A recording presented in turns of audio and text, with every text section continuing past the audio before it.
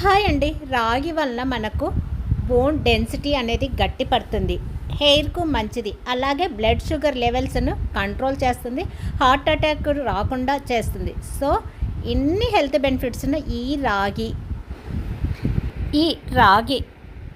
ఇడ్లీల కోసం అండి నేను ఎప్పటి నుంచో రాగి రవ్వ కోసం ఎదురు చూస్తూ ఉన్నాను. సో ఆ రాగి రవ్వ అన్నది నాకు దొరికింది. దాంతో ఈరోజు నేను రాగి ఇడ్లీలు చేశాను. ఇక ఎలా తయారు చేశానన్నది మన ఛానల్లో చూడండి. First welcome back to our channel 50+ mom at Lakshmi Bhaskar routine life. ఈ రాగి రవ్వ అనేది నాకు ఎక్కడ దొరికింది అంటే, నేను యాక్చువల్గా బిగ్ బాస్కెట్లో సరుకులు తెప్పిస్తూ ఉంటాను. సో ఆ బిగ్ బాస్కెట్లో నాకు రాగి రవ్వ దొరికిందండి. ఇక ఎందుకు ఆలస్యం అనేసి ఇంటికి సరుకులు వచ్చిన వెంటనే ఆ సాయంత్రమే అనుకున్నాను, ఎలాగైనా సరే మరుసటి రోజు రాగి ఇడ్లీలు చేసుకొని తినాలని. సో దానికోసం నేను ఏ గ్లాస్తోనైతే అదే గ్లాస్ తోటి మెజర్మెంట్ తీసుకున్నానండి. 1 కప్పు మినప్పప్పు ఆర్గానిక్ అండి, ఇది కూడా బీబీ రాయల్ వారి ఆర్గానిక్ మినప్పప్పు తీసుకున్నాను. ఏ గ్లాస్తో తీసుకున్నానో అదే గ్లాస్ తోటి కొలతలు తీసుకున్నాను. ఒక చిన్న గ్లాస్ తీసుకొని కొద్దిగా మెంతులు వేసేసి 2 సార్లు కడిగేసి ఈ మినప్పప్పును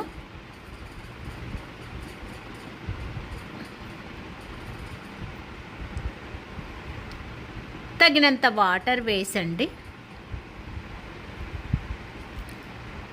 ఇలాగా జాలి టైపు మూత మూసేసి పక్కన ఉంచాను. ఏ గ్లాస్తో మినప్పప్పు తీసుకున్నానో అదే గ్లాస్ తోటి చెప్పాను కదా, బీబీ రాయల్ వారి ఆర్గానిక్ రాగి రవ్వ అండి, ఇది బిగ్ బాస్కెట్ ద్వారా తెప్పించాను.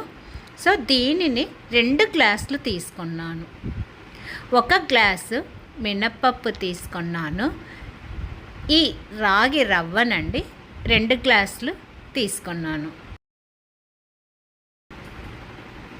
ఇది చాలా మెత్తగా, అంటే అసలు రవ్వలాగా లేదండి. ఇది యాక్చువల్గా రాగులు చాలా సన్నగా ఉంటాయిగా. సో ఇక రవ్వను ఆడిస్తే ఎలా ఉంటుంది ఇక మీకు తెలిసినదే. సో ఈ రాగి రవ్వను 2 గ్లాసులు తీసుకొని ఇది కూడా 2 సార్లు బాగా కడిగేసి దీనిలో ఉన్న ఏమన్నా ఉంటే పోతాయి అనేసి 2 సార్లు కడిగేసాను. కడిగేసి దీనిని కూడానండి తగినంత వాటర్ వేసేసి ఇవి అన్నీ అండి 4 గంటలు నానబెట్టేసుకుంటున్నాను. సో దీన్ని కూడా చిన్న కన్నాలు ఉన్న మూతను పెట్టేసి పక్కన ఉంచాను. అలాగేనండి బెల్ కంపెనీ వారి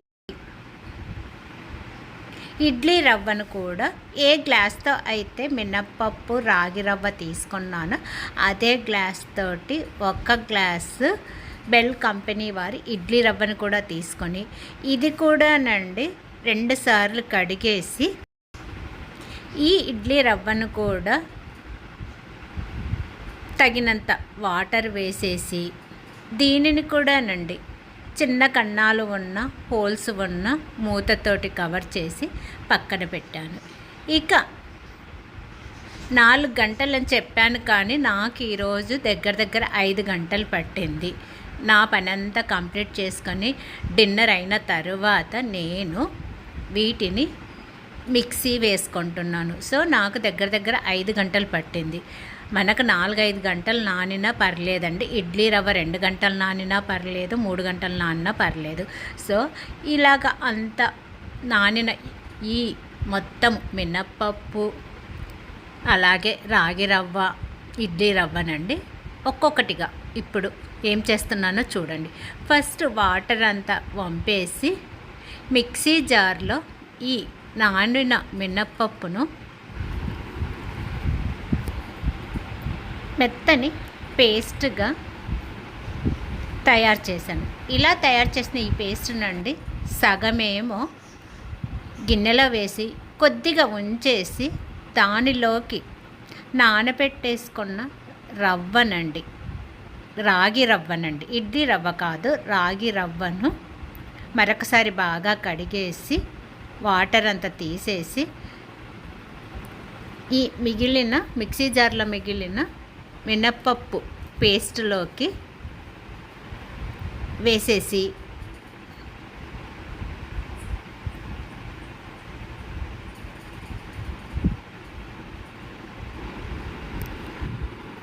దీనిని కూడానండి ఒకసారి మొత్తము 2 minutes మిక్సీ పట్టేసి ఇలాగ పట్టేసిన ఈ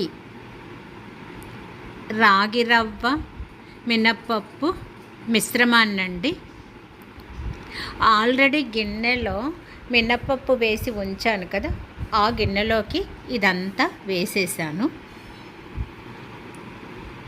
ఆ తరువాత నానేసుకున్న ఇడ్లీ రవ్వను నీరంతా వంపేసి ఈ మినప్పప్పు రాగి పిండి మిశ్రమంలోకి ఇడ్లీ రవ్వనంతా కలిపేసాను.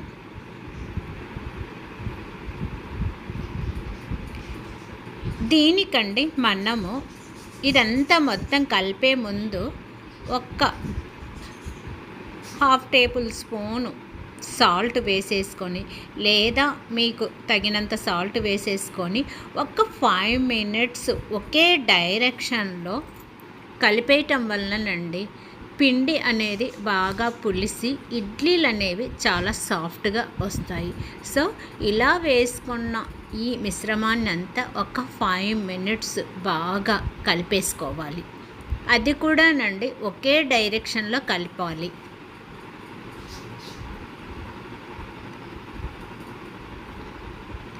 ఇలాగా ఒకే డైరెక్షన్లో కలిపేసుకున్న ఈ రాగి ఇడ్లీల కోసం తయారు చేసుకున్న ఈ మిశ్రమాన్ని మూత పెట్టేసుకొని నైట్ అంతా బయటే ఉంచేయాలి. అలా ఉంచటం వలన ఈ ఇడ్లీ రవ్వ అన్నది బాగా పులుస్తుంది. మరుసటి రోజు ఇలాగా పులిసిన ఈ ఇడ్లీ రవ్వను మీకు సాల్ట్ చూసుకొని వేసుకోవాలి. నేనైతే ఇక సాల్ట్ వేయట్లేదండి. సో ఇలాగే ఇక వాటర్ కూడా నేను యాడ్ చెయ్యట్లేదు, దీంతో నాకు సరిపోతుంది. ఇకనండి ఇడ్లీ పాత్రకు ఆయిల్ అప్లై చేసేసి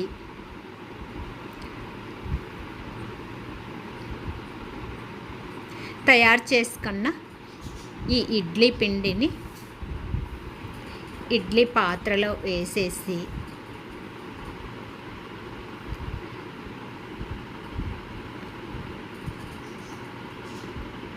ఆల్రెడీ స్టవ్ మీద వాటర్ మరుగుతుంది. ఆ మరుగుతున్న వాటర్లో ఈ ఇడ్లీ పాత్రను ఉంచేసుకొని మీకు ఎన్ని కావాలో అన్ని పాత్రలు పెట్టేసుకొని మూత పెట్టేసి సిమ్లోనండి ఒక 10 minutes ఉంచేసాము అంటే మనకు ఇడ్లీలు అనేవి రెడీ అయిపోయింది. ఈ మధ్యలోనండి ఈ ఇడ్లీలోకి మెయిన్ తీయగా పుల్లగా కారంగా ఉండే పచ్చడిని చేస్తున్నాను. దానికోసము ఒక గిన్నెలో 5-6 మిరపకాయలు తీసుకొని కొద్దిగా సాల్ట్ వేసి వేడి నీళ్ళు వేసేసుకొని ఈ ఇడ్లీలు మనము ఈ పచ్చడికి కావలసిన మిగిలిన ఇంగ్రీడియంట్స్ అన్నీ రెడీ చేసుకునేసరికి ఈ వేడి నీళ్ళల్లో ఈ ఎండు మిరపకాయలు అనేవి నానుతాయి. సో ఇలా మూత పెట్టేసి పక్కన ఉంచాలి. ఈ మధ్యలోనండి స్టవ్ మీద కడాయి పెట్టి ఒక 2 స్పూన్లు నూనె వేసుకొని ఈ నూనె వేడెక్కిన తర్వాత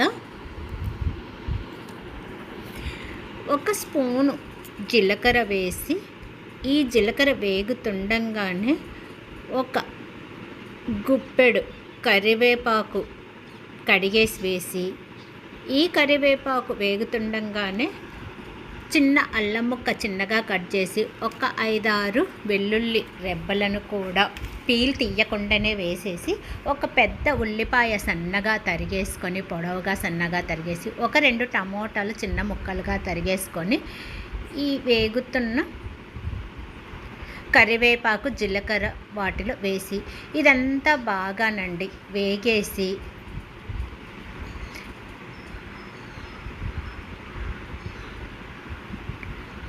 లోపు మనకు ఈ ఇడ్లీలు అనేవి కూడా తయారు అయిపోయినాయి.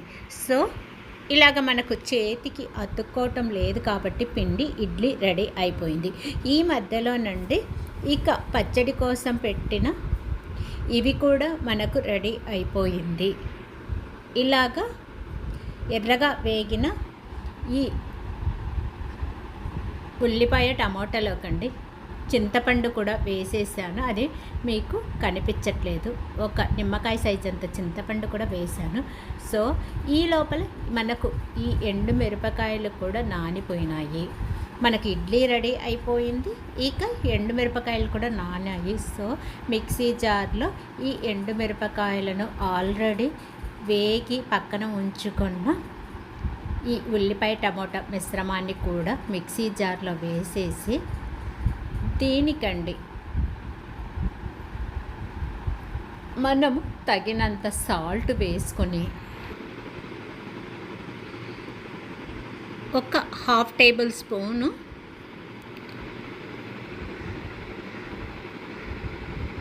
బెల్లంను కూడా వేసేసుకొని ఆల్రెడీ అండి వాటర్ మనము ఈ ఎండుమిర్చి నానేసిన వాటర్నే వేసేసుకొని దీనిని పచ్చడిగా తయారు చేసుకోవాలి. ఇలా తయారు చేసుకున్న ఈ పచ్చడి అండి మనకు తియ్యగా పుల్లగా కారంగా చాలా టేస్టీగా ఉంటుంది. రాగి ఇడ్లీలోకి ఇది మంచి ఆప్షన్ అని చెప్పాలి. ఇలా తయారైన ఈ పచ్చడికి పోపు కోసము ఆల్రెడీ మనం ఉల్లిపాయలు వేపేసుకున్న కడాయినే పెట్టేసి ఒక స్పూను నూనె వేసేసి కొద్దిగా జీలకర్ర ఆవాలు అలాగే ఒక 2 ఎండుమిరపకాయలు వేసి అవి కొద్దిగా వేగిన తర్వాత ఒక 4-5 కరివేపాకు వేసి అది కూడా కొద్దిగా వేగిన తర్వాత కొద్దిగా ఇంగువ వేసేసి ఇదంతా వేగిన తర్వాత స్టవ్ ఆఫ్ చేసేసుకొని మనము తయారు చేసి పెట్టుకున్న పచ్చడిలోకి ఈ పోపును వేసుకోవాలి. కొంతమంది అండి ఈ పోపు లేకుండానే ఇష్టపడతారు.